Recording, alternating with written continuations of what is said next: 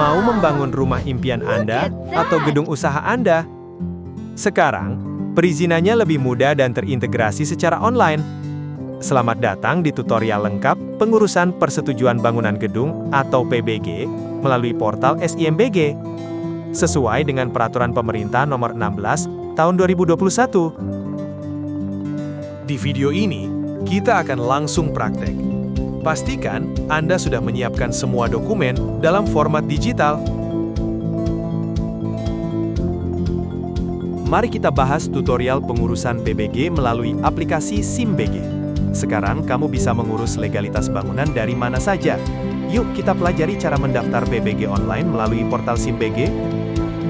Langkah pertama yang harus kamu lakukan adalah membuat akun sebagai pemohon dengan mengunjungi website simbg.pu.go.id. Ingat, setelah mengunjungi websitenya, kamu harus membuat akun pemohon dulu. Pastikan kamu mengikuti langkah-langkah ini dengan benar. Langkah pertama, pilih daftar sebagai pemohon. Isi semua kolom yang diminta, terutama alamat email aktif dan nomor induk kependudukan atau NIK Anda.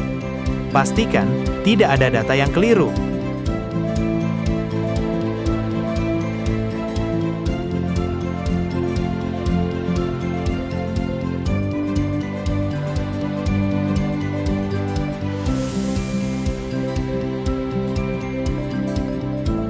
Setelah mendaftar, sistem akan mengirimkan email verifikasi. Segera buka kotak masuk email Anda dan klik tautan aktivasi untuk mengaktifkan akun Anda. Semangat!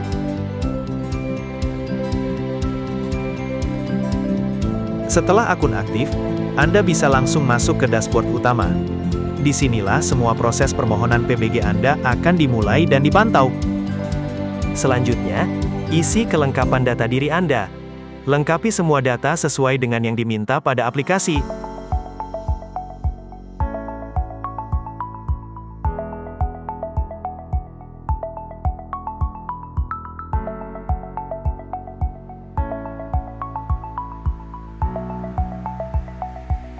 Setelah itu, klik beranda.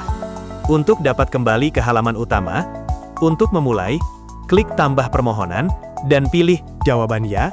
Saya memiliki data intensitas pemanfaatan ruang.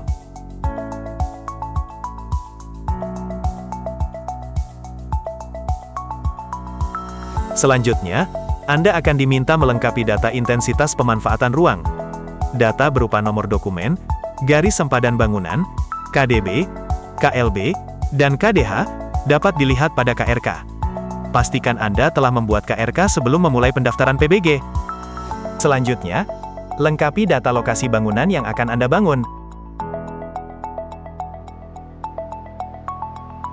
Dan isi jumlah bukti kepemilikan tanah.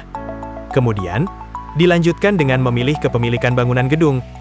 Untuk contoh ini, kepemilikan bangunan gedung pilih perorangan, dan klik selanjutnya. Apabila memilih badan hukum atau badan usaha, maka akan diarahkan memproses melalui OSS. Pilih kondisi bangunan saat ini, sesuai dengan kondisi bangunan Anda.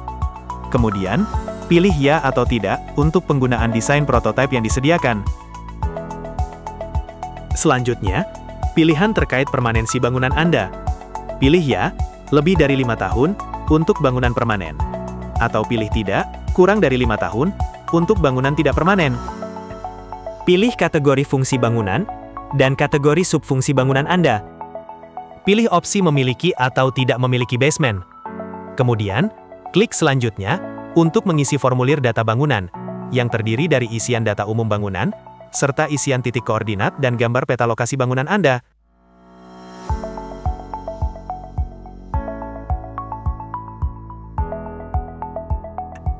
Setelah mengisi semua data, kemudian klik selanjutnya. Pengisian data umum permohonan PBG Anda telah selesai. Selanjutnya, klik tombol kirim untuk melanjutkan pengisian formulir dokumen data tanah.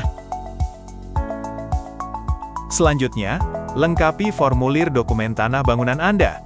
Isi informasi jenis dokumen kepemilikan yang Anda miliki dari daftar yang tersedia. Misalnya, sertifikat. Kemudian, masukkan nomor dokumen, tanggal terbit, dan luas tanah, sesuai dengan yang tertera pada dokumen fisik Anda. Isi hak kepemilikan atas tanah ini dengan hak milik jika tanah tersebut atas nama Anda. Dan pilih hak pakai, pengelola, dan seterusnya jika tanah tersebut bukan atas nama Anda. Jangan lupa untuk melampirkan dokumen kepemilikan tanahnya ya.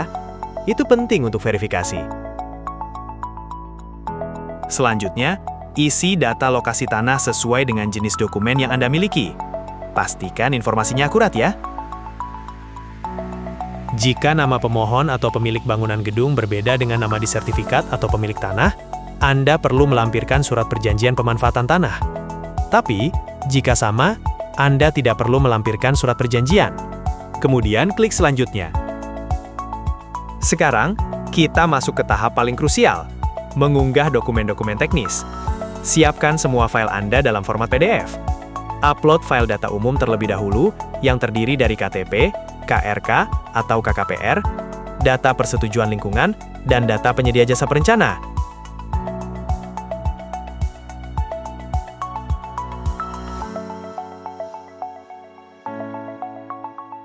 Isi data teknis arsitektur. Unggah gambar kerja sesuai dengan yang diminta. Jangan lupa lampirkan juga spesifikasi teknis arsitekturnya ya.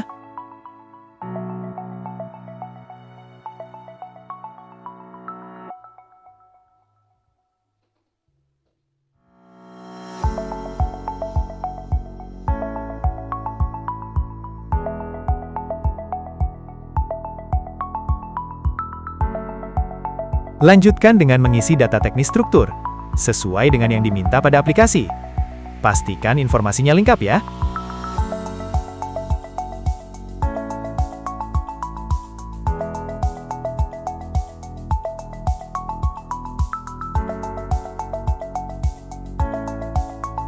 Selanjutnya, isi data teknis mekanikal, elektrikal, dan plumbing, atau MIP, sesuai dengan yang diminta pada aplikasi.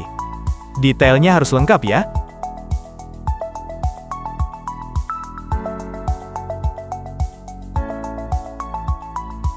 Terakhir, lengkapi pengisian data opsional yang dibutuhkan. Ini melengkapi seluruh formulir, dan prosesnya hampir selesai.